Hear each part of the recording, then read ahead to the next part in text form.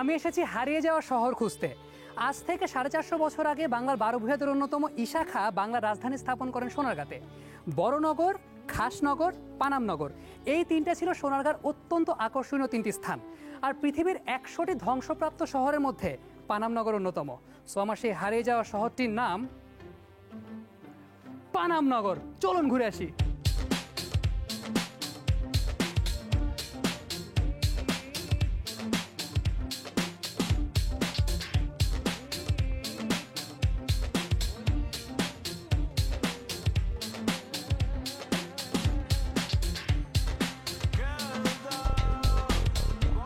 So I've got very colorful and beautiful people out here. So where are you from?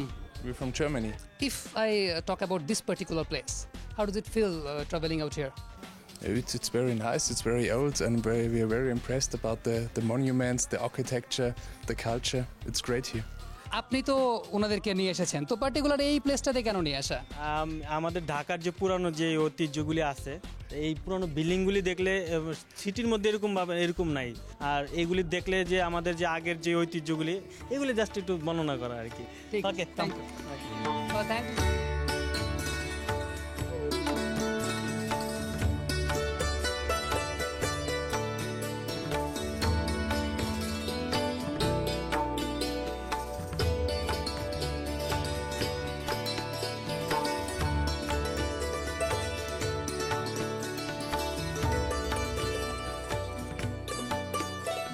এই যে ছোট বা পুরো পরিবার নিয়ে এসেছেন, অবশ্যই মানে ছুটি কাটাতেই তো আসা। সবাই ছুটি কাটাতেই আসা, আর বাচ্চাদেরকে অনেক কমিটমেন্ট করে রেখেছি, তোমাদেরকে নিয়ে যাবো এই জায়গায়, কখনো দেখাইনি। আমরাও ফার্স্ট, বাচ্চারাও ফার্স্ট।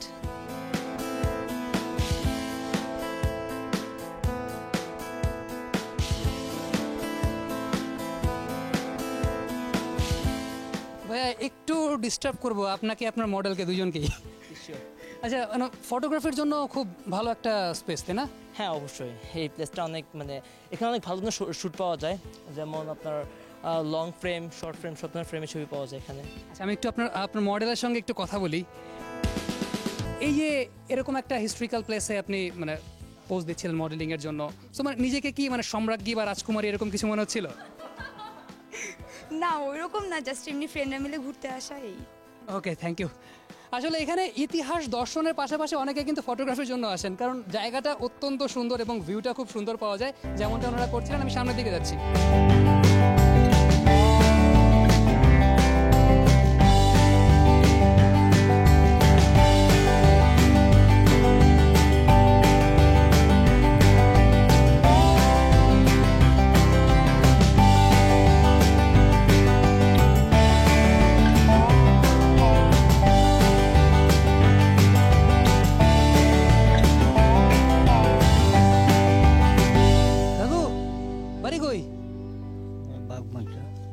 কি যে এখানেই না, গ্রামের পর এই জায়গাটা কি আপনি দেখছেন একেবারে ছোটবেলা থেকে? ছোট থাকতে দেখছি বাবুরা আসিল। বাবুরা আসিল? তো বাবুরা কি করতো?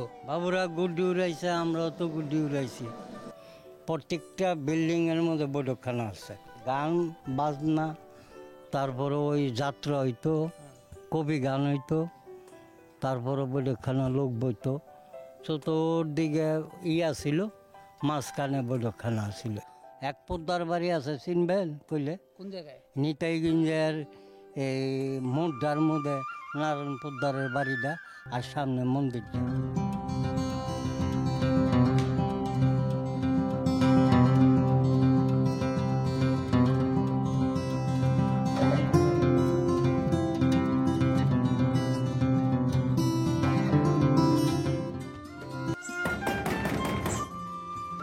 কেউ আছেন?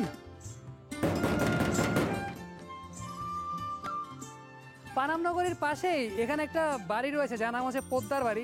শুনেছি জায়গাটা নাকি অনেক সুন্দর, কিন্তু এখানে সাইনবোর্ড ঝুলানো যে অনুমতি না নিয়ে নাকি প্রবেশ করা যাবে না। আর অনুমতি নেওয়ার কোনো উপায় পাচ্ছি না। কাহিনী হচ্ছে যেতে আমাকে হবেই, সেটা যে কোনো উপায় হোক। চলুন আমার সাথে।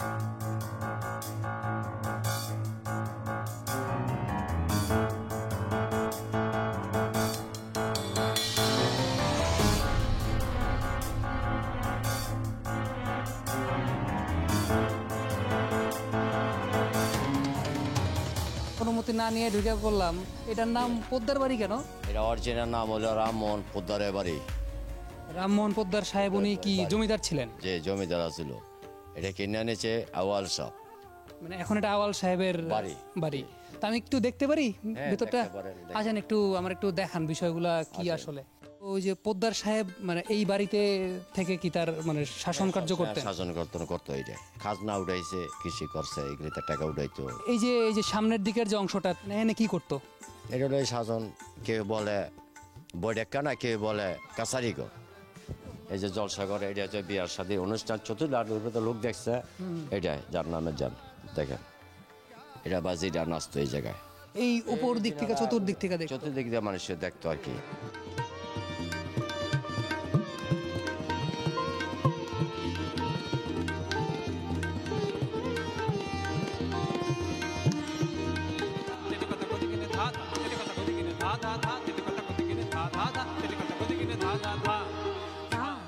আপনি এই পোদ্দার সাহেবের বাড়িতে কত বছর ধরে আছেন? আমি একটা চাকরি করতেছি 25 বছর।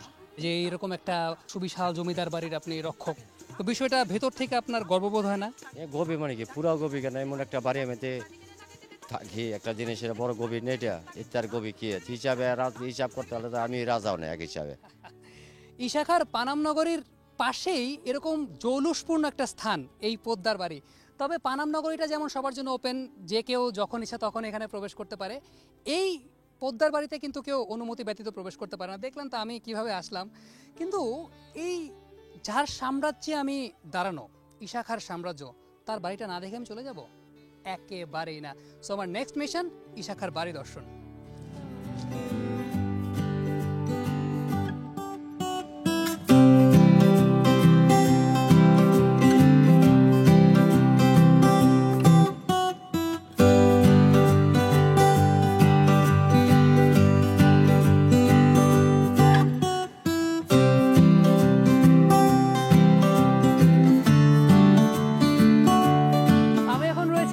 সাম্রাজ্যের ঠিক ভেতরে আজ থেকে 450 বছর আগে যখন ইশাখা সোনারগাঁতে বাংলার রাজধানী স্থাপন করেন, তখন পেছনের এই বাড়িটিতেই তিনি থাকতেন এবং লেখা রয়েছে উপরে যে 1308 সালে এই বাড়িটি স্থাপন করা হয়। তবে দুঃখের বিষয় হচ্ছে যে আমি এই মুহূর্তে বাড়ির ভেতরে যেতে পারছি না, কারণ এটি এই মুহূর্তে আন্ডার কনস্ট্রাকশন রয়েছে এবং একটা সংস্কার কাজ চলছে আগের রূপে এই বাড়িটিকে ফিরে নিয়ে যাওয়ার জন্য।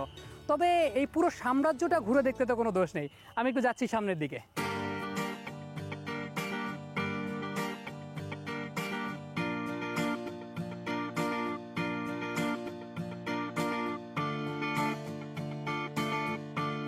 আচ্ছা, আপনি এখানে মূলত কি কাজ করেন? আমি এখানে গার্ডেনে কাজ করি, ফুল বাগানে কাজ করি। ফুল বাগানে কাজ করেন মানে এই বাগানের সৌন্দর্যগুলো এগুলো রক্ষা করাই হলো কি আপনার দায়িত্ব? আমি যখন কর্মরত অবস্থায় এখানে জয়েন করি 1992 সালে, তখন এই আমাদের মেন এই জায়গাটুকুই পরিষ্কার এবং সৌন্দর্য ছিল। এখন এভরিথিং পুরো সাইডটাই সুন্দর।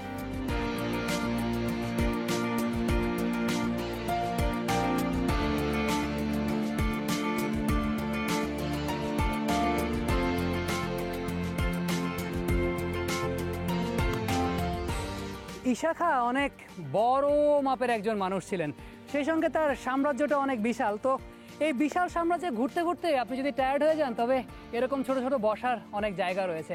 আমি এই মুহূর্তে খানিকটা বিশ্রাম নিয়ে নিচ্ছি, আপনারা এই ফাঁকে নিয়ে নিন ছোট্ট একটি বিরতি। ফিরছি বিরতির পর।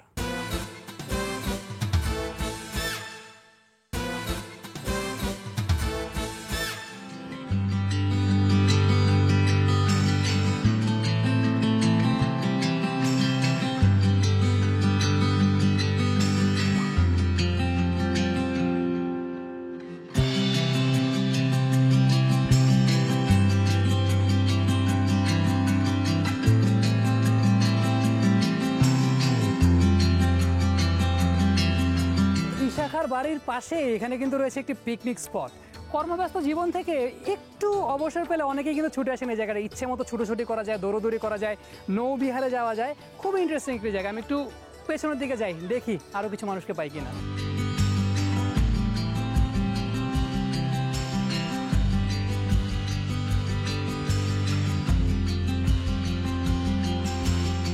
ভাইয়া, কোথা থেকে আসা হয়েছে?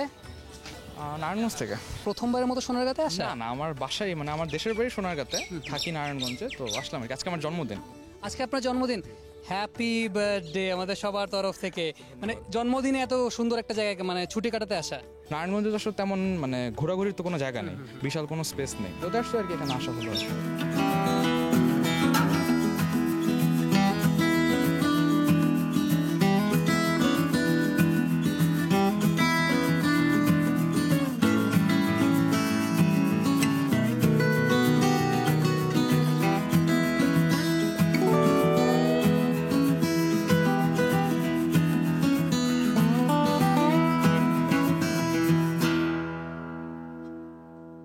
আমি যদি ক্রিকেট মাঠের কোনো ব্যাটসম্যান হই তবে আমার point, third man, mid wicket, square leg সব জায়গাতে শুধু জামদানি শাড়ির দোকান।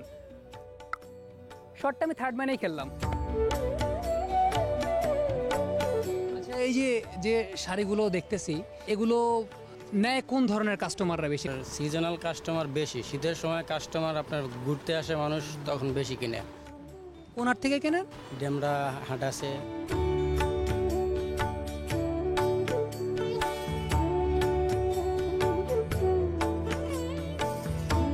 আমি এখন রয়েছি ডেমরার ঐতিহ্যবাহী জামদানি হাটে।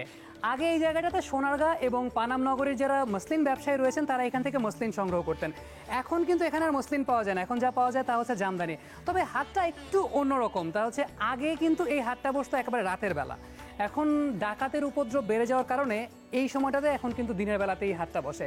তবে আমি একটু বেশি আগে মনে চলে এসে পড়েছি, কারণ হাটটা এখন জমে ওঠেনি। তবে যখন জমে উঠবে এই জায়গা দিয়ে কিন্তু হাঁটাচলা করার জায়গা নেই। তবে কিছু ব্যবসায়ী আছেন যারা অলরেডি চলে এসেছেন, আমি একটু তাদের সঙ্গে কথা বলে দেখি।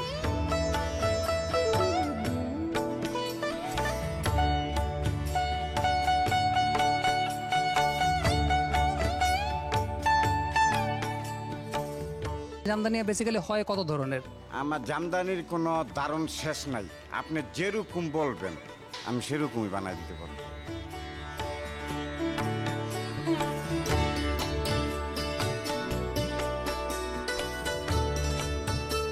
আচ্ছা, এগুলোর দাম কিরকম হয় আসলে, মানে জামদানি শাড়িগুলোর দাম 1 লক্ষ থেকে শুরু করে মনে করেন 2000 পর্যন্ত আছে, 1500 আছে, 1200 আছে। আপনার এখানে কি এখন 1 লক্ষ টাকা দামের জামদানি আছে? আমাদের বাসায় আছে, বাসায় নিজস্ব কারখানা আছে। তো আমরা তাহলে ঘুরে আসি আপনার বাড়ি থেকে। আসেন। আচ্ছা, ঠিক আছে। তাহলে আমি যাচ্ছি এমন একটা জায়গায় যেখানে এই এত সুন্দর সুন্দর জামদানিগুলো তৈরি হয়। চাচা তো বলে দিলেন যে আসলে 1 লক্ষ টাকা দামের জামদানি শাড়ি নাকি ওনার বাসায় পাওয়া যাবে। আমি একটু দেখে আসি পাওয়া যায় কিনা।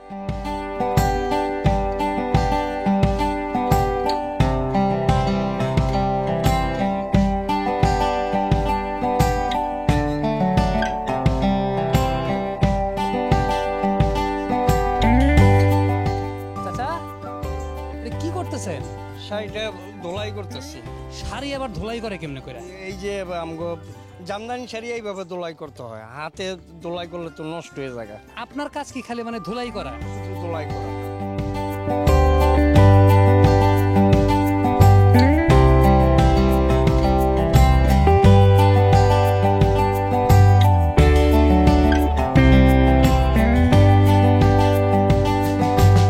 মামা, আপনারা কি জামদানি বানাইতেছেন? আচ্ছা,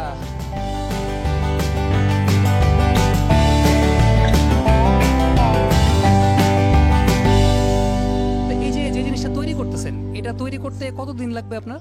এটা উঠতে গেলে 7 দিন। 7 দিন পরে যখন আপনি ডেলিভারি দিবেন মানে তখন এটার দাম দরটা কেমন হবে? এটার দাম দরটা কি 5 থেকে 5,500 টাকা হবে। এখান থেকে আমার অর্ধেক পাবো আর অর্ধেক মালিক পাবে।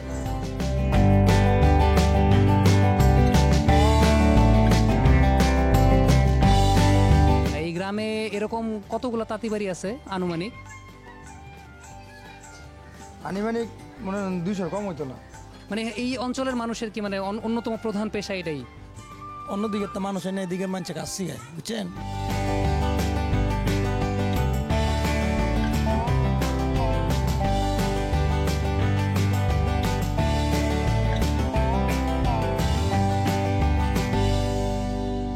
এই যে এই গ্রামে তো অনেক জায়গায় দেখলাম যে জামদানি শাড়ি তৈরি হয়। হ্যাঁ। মানে আমার আসলে ওই 1 লক্ষ টাকা দামের জামদানি শাড়ি দেখার খুব ইচ্ছা, মানে জিনিসটা দেখতে কেমন হয় আসলে। এটা আমার কাছেও আছে, আপনার 3000-এর থেকে আপনার মনে করেন 1-1.5 লক্ষ টাকা দামের শাড়ি আমার মানে কাছে। আপনি কি শাড়ি কালেকশনে রাখেন? আমি কালেকশনে রাখি, আমার দাদনে আছে শাড়ি, তারপরে মনে করেন আমি তৈরি করি, আমার তাঁতিরা আছে, তাঁতিরা বানায় আমাকে দেওয়া যায়, আমি দোকানে দোকানে ছেল দিই পাইকারি। মানে একের ভিতরে অনেক কিছু পাওয়া যায়। আপনার হ্যাঁ। বাসা কোন দিকে? এই তো বাসাটাই আমার একটু সামনের দিকে। আচ্ছা চলেন যাই দেখি।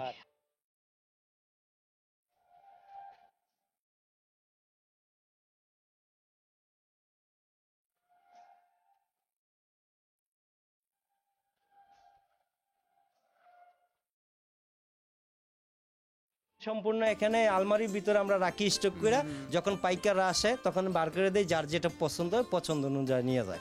আমি একটু এখন দেখতে চাই, মানে আপনি পছন্দ তো আর দেখতে করতে চাইলে পারবো আমি না, বার করে দেখাচ্ছি। আপনি একটু বাইর করে আমাকে দেখান। মানে আমি আগে 1 লক্ষ টাকা দামের শাড়িটা দেখবো, মানে কিরকম দেখতে সেটা। আমি এই যে দেখাচ্ছি একটা শাড়ি, আপনার এই পুরো শাড়িটা আমি মেইলা দেখাচ্ছি। হ্যাঁ, এই যে এটা হলো, এটা 1 লক্ষ টাকা দামের শাড়ি, পুরাটা অল ওভার কাজ।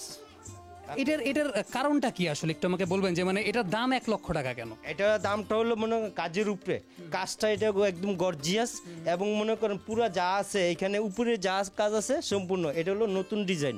বিষয়টা হচ্ছে এটাও শাড়ি, এটাও শাড়ি, কিন্তু এটার দাম 1 লক্ষ টাকা আর এটার দাম হচ্ছে 20,000 টাকা। 1 লক্ষ টাকা দামের শাড়ি আমি হাতে ধরে ফেলেছি।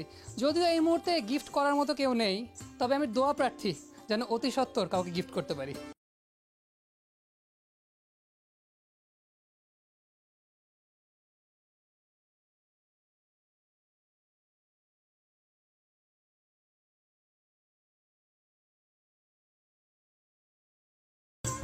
নদীমাতৃক বাংলাদেশের একটা প্রকৃষ্ট উদাহরণ হচ্ছে এই সোনারগাঁ।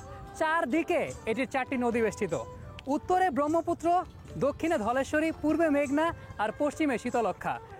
450 বছর গোড়াপত্তন করা এই সাম্রাজ্যটা এখন আর কিছুই নেই, তবে কালের সাক্ষী হয়ে দাঁড়িয়ে রয়েছে এর ইতিহাস এবং সংস্কৃতি। এই কম সময়ের মধ্যে পুরো সোনারগাঁটা আপনাদেরকে দেখাতে পারছি না। এই বিষয়ে বিস্তারিত জানতে হলে চোখ রাখতে হবে আমাদের ফ্যান পেজে। আগামী পর্বে দেখা হয়ে যাবে নতুন কোনো জায়গায় নতুন কিছু মানুষের সঙ্গে। সেই পর্যন্ত সবাই ভালো থাকবেন, সুস্থ থাকবেন।